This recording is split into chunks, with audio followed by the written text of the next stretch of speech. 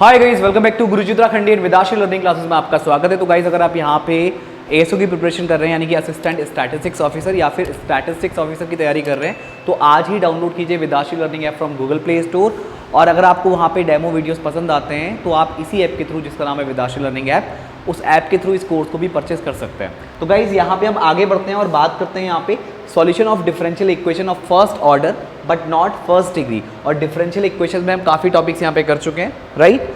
तो यहाँ पे आप जो यहाँ पे क्वेश्चन देख रहे हैं और इस क्वेश्चन का आपको सॉल्यूशन फाइंड करना है, तो आप देख सकते हैं यहाँ पे जो आपका ऑर्डर है वो फर्स्ट है बट डिग्री के आपकी फर्स्ट नहीं है। और डिग्री और ऑर्डर वाला कॉन्सेप्ट हम पहले ही डिस्कस कर चुके हैं, तो आई होप वो आपको क्लियर होगा। तो ये जो आप क्वेश्चन देख रहे हैं ये आपका ऑर्डर तो यहाँ पे आपका फर्स्ट है, क्योंकि आप देख सकते हैं dy/dx है। और डिग्री क्या होती है, जो आपका हाईएस्ट ऑर्डर का जो डेरिवेटिव होता है उसकी पावर कितनी है। तो यहाँ पे आप मैक्सिमम पावर कितनी देख रहे हो, 2 देख रहे हो। तो डिग्री तो फर्स्ट नहीं है, डिग्री 2 है यहाँ पे, बट ऑर्डर क्या है इसका, 1 है। तो यहाँ पे इसका सॉल्यूशन निकाला कैसे जाएगा, इसके ऊपर बात कर लेते हैं। तो सबसे पहले आपको क्या करना होगा, जो यहाँ पे dy/dx है इसको आप कुछ लेट कर लेंगे। मान लीजिए हमने यहाँ पे इसको p लेट कर लिया, राइट। जब इसको p लेट करेंगे फिर इसको इक्वेशन में कन्वर्ट कर लीजिए। तो जब आप इसको यहाँ पे dy/dx को p रखेंगे तो ये कितना हो जाएगा, p² - 5p + 6 = 0। अब आप देख सकते हैं ये आपका क्वाड्रेटिक इक्वेशन बन गई है और इसे सॉल्व करना कोई बड़ी बात नहीं है। आप अभी तक कितनी इक्वेशन सॉल्व करते आए हैं, तो जब आप इसको सॉल्व करेंगे, अब तो खैर आपको ये इस टाइप का तो बहुत बार सॉल्व कर लिया है तो इसका तो आपको आइडिया भी है। तो यहाँ से एक तो निकलेगा आपका फैक्टर p-3 और एक निकलेगा p-2।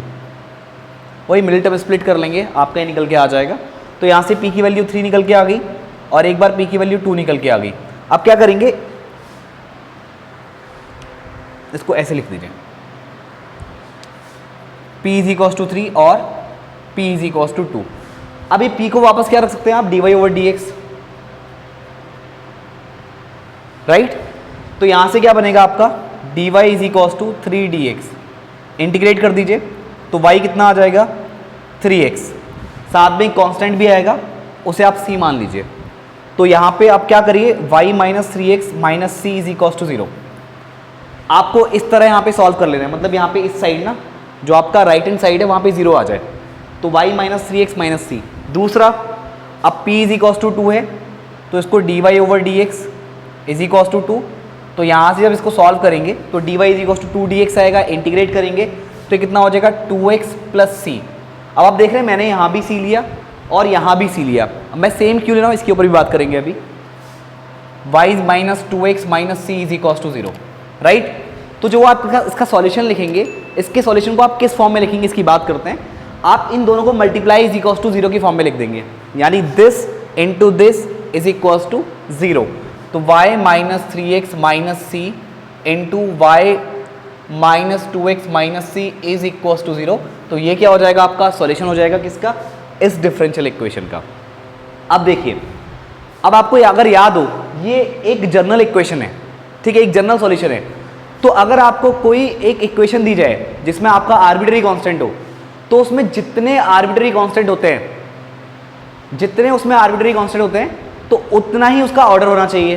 तो यहाँ पे देखो आर्बिट्ररी कांस्टेंट कितना है, सिर्फ c ही है, तो इसका ऑर्डर कितना होना चाहिए, 1 होना चाहिए, राइट। तो आप सॉल्व किसको कर रहे हैं, आप फर्स्ट ऑर्डर की इक्वेशन को ही सॉल्व कर रहे हैं, बट डिग्री फर्स्ट नहीं है। तो इसका ऑर्डर क्या होना चाहिए, फर्स्ट होना चाहिए। तो फर्स्ट होने के लिए तो इसका कांस्टेंट भी क्या होना चाहिए, सेम होना चाहिए। कांस्टेंट डिफरेंट नहीं होने चाहिए। अगर इसमें डिफरेंट कांस्टेंट होते तो ये, जैसे मान लो यहाँ पे मैं एक बार c ले लेता, यहाँ पे c1 ले लेता, यहाँ पे c2 ले लेता, तो 2 आर्बिट्ररी कांस्टेंट हो जाते। और इसके क्या मतलब तो ये किसी भी इक्वेशन, अगर किसी भी हम इक्वेशन की बात करें, अगर उसमें आर्बिट्ररी कांस्टेंट है तो वो हमको क्या हिंट देती है कि उसका ऑर्डर कितना होने वाला है। तो यहाँ पे ऑर्डर 1 होने के लिए आप दोनों जगह जो कांस्टेंट लेंगे वो 1 लेंगे, मतलब सेम लेंगे। यहाँ पे c1 और यहाँ पे c2 नहीं लेंगे। और यहाँ पे अगर c1 c2 होता है तो उसका ऑर्डर 1 नहीं रहेगा, कितना हो जाएगा, 2 हो जाएगा। आई होप आपको ये पॉइंट क्लियर होगा। तो यहाँ पे आपको सेम कांस्टेंट लेने होते हैं। तो आई होप गाइज कि किस तरह से सॉल्यूशन निकालना है आपको उसका हिंट मिल चुका है। आगे बढ़ते हैं और कुछ और क्वेश्चंस की यहाँ पे बात करते हैं। चलिए अब गाइज नेक्स्ट वाले क्वेश्चन की यहाँ पे बात कर लेते हैं। pq + 2x p² - y² p² - 2x y² p। p क्या है, dy/dx, आप सभी को पता है। तो यहाँ पे अगर हम p कॉमन ले लें, क्योंकि लास्ट तक p आ रहा है, तो ये आपका कितना बचेगा, p² + 2xp - y² p - 2xy²। Is equal to 0। अब देखो यहां पे कुछ और भी हम कॉमन ले सकते हैं, कैसे बताता हूं। इसको पकड़ो और इसको पकड़ो, यहां पे आप p कॉमन ले सकते हो तो ये p प्लस 2x बचेगा, और यहां पे अगर आप माइनस का वाई स्क्वायर कॉमन लेते हो तो ये p प्लस 2x बचेगा इज इक्वल टू 0। p, अब देखो p प्लस 2x कॉमन आ रहा है तो ये p माइनस वाई स्क्वायर 0, तो ये कितना हो गया p into p plus 2x, p minus y square is equal to 0। हर एक को अलग अलग करके सॉल्व कर लो, क्या क्या बनेगा, p इज इक्वल टू 0 और p is equal to minus 2x और p is equal to y square. इसे सॉल्व करेंगे तो dy ओवर dx लिख दीजिए p को, तो y इज इक्वल टू कितना हो जाएगा, dy is equal to 0 into dx यानी 0, इंटीग्रेट करेंगे तो ये y और यहाँ पे 0 प्लस c यानी y इज इक्वल टू कितना हो गया c। इसे सॉल्व करते हैं, dy over dx is equal to minus का 2x, तो dy is equal to minus का 2x dx, इंटीग्रेट करेंगे तो क्या हो जाएगा, y is equal to minus का 2, ये x square by 2 plus c, constant same लेना है आपको, कैंसिल हुआ तो y माइनस एक्स स्क्वायर तो y plus x square minus c is equal to 0, यहाँ पे y minus c is equal to 0। यहाँ पे इसको थोड़ा यहाँ पे सॉल्व कर लेते हैं, p is equal to y square यानी dy over dx is equal to y square, तो dy over y square is equal to dx, तो माइनस का 1 अपॉन वाई आएगा सॉल्व करेंगे तो, क्योंकि y की पावर माइनस 2 इंटीग्रेट करना है आपको, y की पावर माइनस 2 होगा, minus 2 plus 1 upon minus 2 plus 1, तो y की पावर माइनस 1 अपॉन माइनस 1 हो जाएगा, जिसको आप माइनस का 1 अपॉन वाई लिख सकते हैं, is equal to X plus C, तो ये कितना आ जाएगा आपका, माइनस शिफ्ट कर लीजिए यानी माइनस का 1 upon X plus C is equal to Y, minus 1 upon X plus C is equal to Y, तो minus 1 is equal to Y X plus C Y यानी Y X plus C Y plus 1 is equal to 0, right. अब तीनों को multiply करके लिख दो, आपका answer आ जाएगा, यानी y माइनस सी इंटू में y plus x square minus C और इंटू में Y X plus C Y plus 1 is equal to 0। तो ये आपका सॉल्यूशन निकल के आ गया, राइट। आगे बढ़ते हैं और अगले क्वेश्चन की बात करते हैं। अब देखिए अगला क्वेश्चन आपको सामने दिख रहा होगा, 4p square X minus 3x minus A का होल स्क्वायर, इसका आपको सॉल्यूशन निकालना है, राइट। तो कैसे निकालेंगे, तो यहाँ पे आप एक काम कर सकते हैं, ये देखो p स्क्वायर सिर्फ आपको यहाँ पे दिख रहा है, तो यहाँ से आप डायरेक्टली p स्क्वायर निकाल सकते हैं, तो कितना निकल के आएगा, p square is equal to 3x minus A का स्क्वायर बाय 4x, राइट। तो p कितना निकल के आएगा, plus minus 3x minus A upon 2x, तो एक बार p को आप ले लीजिए,